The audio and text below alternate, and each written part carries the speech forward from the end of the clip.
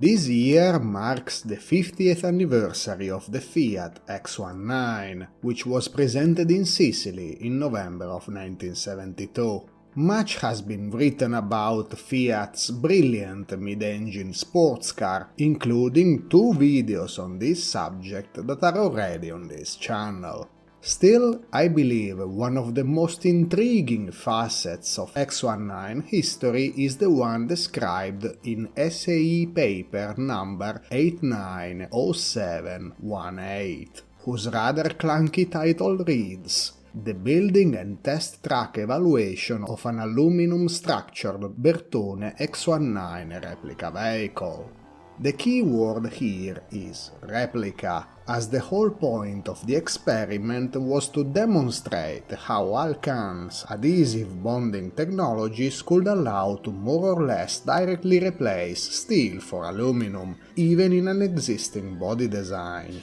The Canadian company approached Bertone in 1986, and the Turinese company built 5 aluminum body X1s, equipped with standard suspensions and drivetrain components for various performance and durability tests. The aluminum panels were press-formed using Bertone's existing body tooling, with similar gauges as their steel counterparts, and then spot-welded, with bonded-in doublers added in specific locations to compensate for the lower strength of the material. One of the aluminum bodies was then subjected to static testing, with results that make for interesting reading. The experimental X1 aluminum body weighed 136.6 kilograms, which is a whopping 30% less than its steel equivalent, while offering comparable torsional stiffness. However, it must also be said that the body shell's bending stiffness was instead far less convincing, with an 18% loss over its steel counterpart. The 5 experimental X1s were fully assembled by Bertone in its Grugliasco factory and then sent to the UK to be driven to destruction in the Motor Industry Research Association test track in Nuneaton. This basically involved a lot of hard driving over the various proving ground features, with the precise intention of inducing high bending, torsional and impact loads upon the vehicle's structure. Sometimes the results make for pretty grim reading.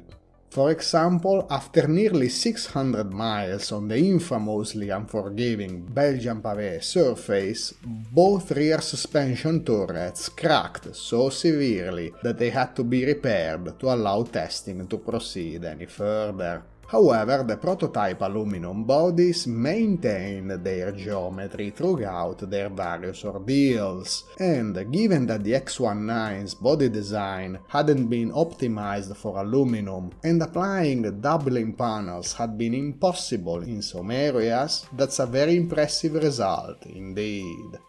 And that was precisely the point Alcan was trying to make. Demonstrate that aluminum body shells were not only possible but also compatible with existing production facilities, even if the way those X1s were built would certainly make an Audi engineer squirm.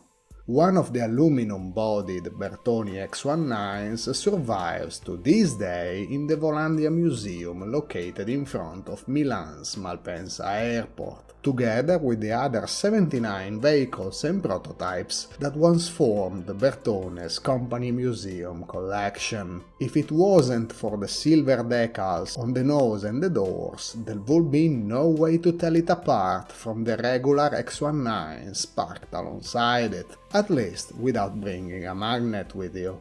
However, other prototypes weren't so lucky. One was subjected to 2 crash tests at Fiat's laboratories in Turin, a full front barrier test and a full rear impact, both carried out at a speed of 30 miles per hour.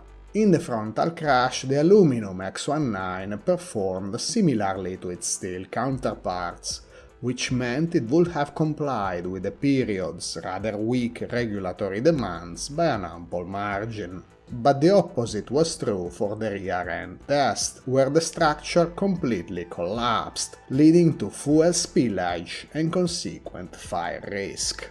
However, Alcan considered its X19 experiment a successful proof of concept, as the aluminum bodies delivered comparable performance with the steel equivalent while weighing 30% less. Had it been possible to redesign and optimize the X19's body shell for aluminum construction, it's likely the gains would have been even more significant.